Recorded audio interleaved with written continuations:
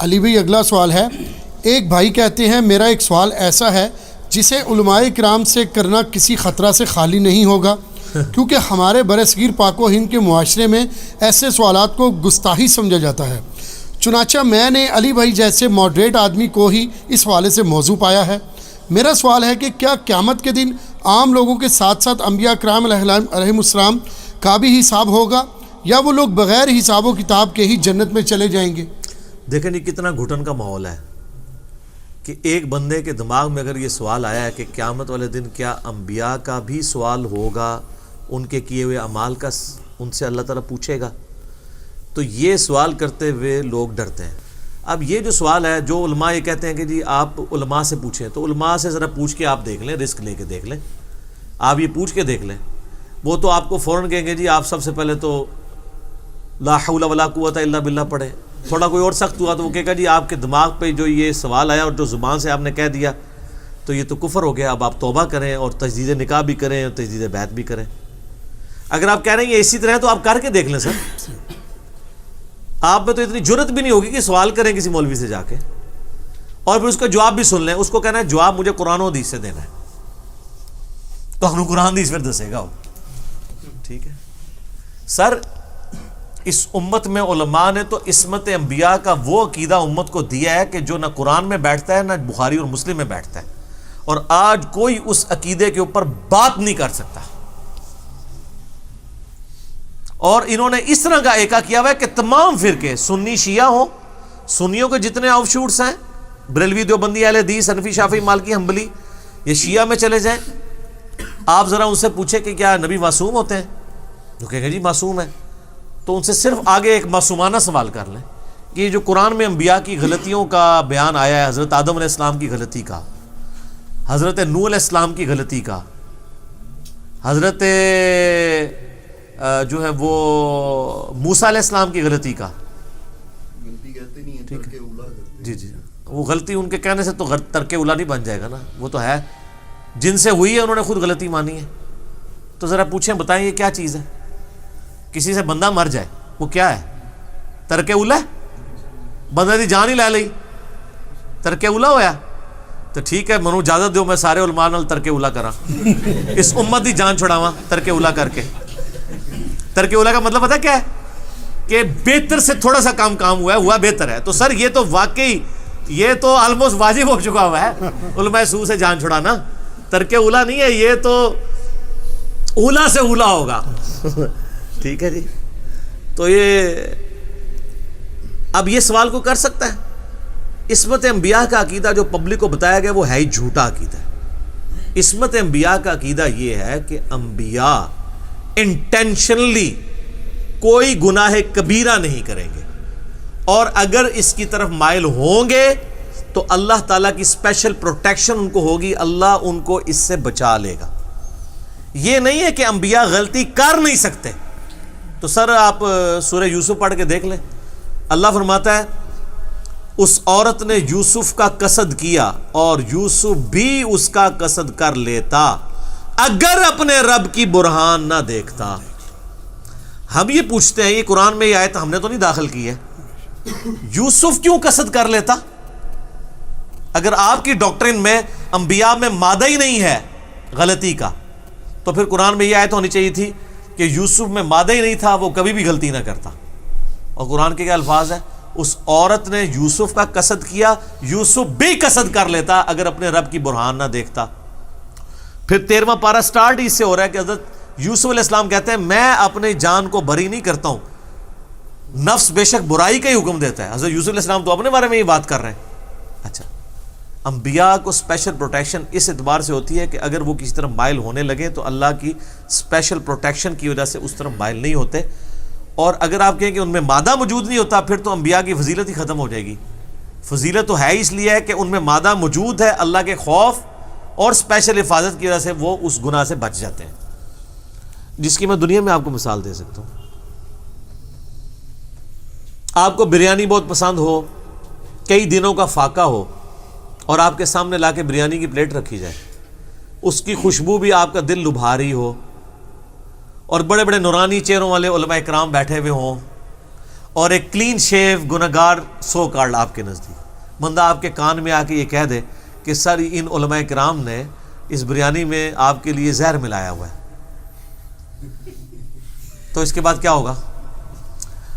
آپ کی بھوک باقی رہے گی؟ ایمانداری سے بتائیں۔ اچھا، اور آپ ان کی داڑھیوں اور پگڑیوں سے دھوکا، آپ کہیں گے نہیں یہ تو کلین شیو بندہ ہے، اس کی تو بات ویسے ہی نہیں ماننی، اتنی نورانی شکلوں والے کیسے جھوٹ بول سکتے ہیں؟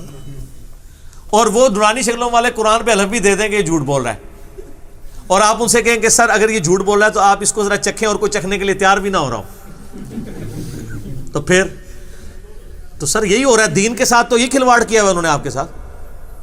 آپ ماشاءاللہ کتنی ان کی عظمت کے گن گا رہے ہیں، اور ہمارے جیسے بندے جب آپ کو بتاتے ہیں تو آپ کہتے ہیں علماء کی توہین ہو رہی ہے۔ جہاں جان جا رہی ہے وہ آپ کو ٹینشن ہے، جہاں ایمان جا رہا ہے کوئی ٹینشن نہیں ہے۔ اچھا، تو میں یہ مثال اس لیے دی کہ چونکہ اس بریانی میں چھپے ہوئے عیب اور انجام کا آپ کو پتہ چل گیا، لہٰذا آپ کو وہ اس کی خوشبو اٹریکٹ نہیں کرے گی۔ اس طرح انبیاء کرام علیہ السلام کو گناہ میں چھپے ہوئے وبال اور انجام کا ایک ایسا تعارف ہو جاتا ہے کہ وہ ان چیزوں سے بچ جاتے ہیں۔ دل مائل ہوتا ہے لیکن اللہ ان کو معرفت ایسی کرواتا ہے کہ وہ اپنی ول سے بچ جاتے ہیں، لیکن اسپیشل پروٹیکشن اللہ کے ساتھ اللہ نے جو دی ہوئی ہے۔ تو یہ عصمت انبیاء کے عقیدے میں نے 2 لیکچرز دیے، 88A مسئلہ اور 88B، وہ آپ دیکھیں۔ حدیث شفاعت میں آپ کو نہیں سناتے کہ ہر نبی کہے گا نفسا نفسی نفسی نفسی سوائے نبی علیہ السلام کے، اور وہ تو بخاری مسلم میں ہے، حضرت آدم کہیں کہ آج مجھے اپنی غلطی یاد آ رہی ہے، نوح علیہ السلام کہیں کہ میں نے اپنے کافر بیٹے کے لیے دعا کی تھی حالانکہ وہ کافر تھا، مجھے آج اپنی غلطی یاد آ رہی ہے۔ حضرت موسیٰ علیہ السلام کہہ رہے ہیں کہ مجھے بندہ مجھ سے مر گیا تھا، مجھے آج اپنی غلطی یاد آ رہی ہے۔ ابراہیم علیہ السلام کہیں کہ مجھے 3 دفعہ توریتاً جھوٹ بولنا پڑ گیا تھا، آج مجھے اپنی غلطی یاد آ ری ہے۔ اینڈ پہ حضرت عیسیٰ علیہ السلام کے پاس جائیں گے، وہ کہیں گے آج صرف ایک شخص ہے جس کو امن ہے، محمد الرسول اللہ کے پاس صلی اللہ علیہ وسلم۔ یہ حدیث بخاری مسلم دونوں میں ہے۔ اچھا مجھے ایک بتائیں کہ اگر انبیاء نفسی نفسی کر رہے ہیں تو بابے کدھر؟ یہ کبھی نہیں آپ کے دماغ میں آیا؟ کہتے ہیں بابے لے جان گے نال، کتنے؟ جتنے آپ جان گے، کتنے جان گے؟ وہ اسی نہیں کہتے، صرف تانوں کہنا ہے کہ مرنے سے پہلے اے مسلمان کر لے اس پہ غور، کتابوں کا خدا اور ہے، بابوں کا خدا اور۔ تو اس سوال کی طرف واپس آ جائے انبیاء کرام کے حوالے سے، یقیناً انبیاء کرام سے بھی اللہ تعالیٰ حساب لے گا، لیکن وہ حساب ہوگا سرسری۔ صحیح بخاری و مسلم دونوں میں حدیث ہے، اما عائشہ کہتی ہیں نبی علیہ السلام نے ایک دن ہم سے فرمایا کہ قیامت والے دن جس کا حساب کتاب شروع ہوا وہ مارا گیا، اللہم اجرنا من النار۔ اما عائشہ کہتی ہیں یا رسول اللہ قرآن میں تو یہ آیت ہے فَأَمَّا مَنْ أُوتِيَ كِتَابَهُ بِيَمِينِهِ فَسَوْفَ يُحَاسِبُ حِسَابًا يَسِيرًا، جس کا نام اعمال اس کے دائیں ہاتھ میں دیا جائے گا اس سے بڑا آسان حساب لیا جائے گا۔ تو میں تو یہی سمجھتی تھی کہ جو نیکوکار ہیں ان کا حساب آسان ہوگا اور بدکار کا مشکل ہوگا، اور آپ کہہ رہے ہیں کہ جس کا بھی حساب لیا گیا وہ مارا گیا۔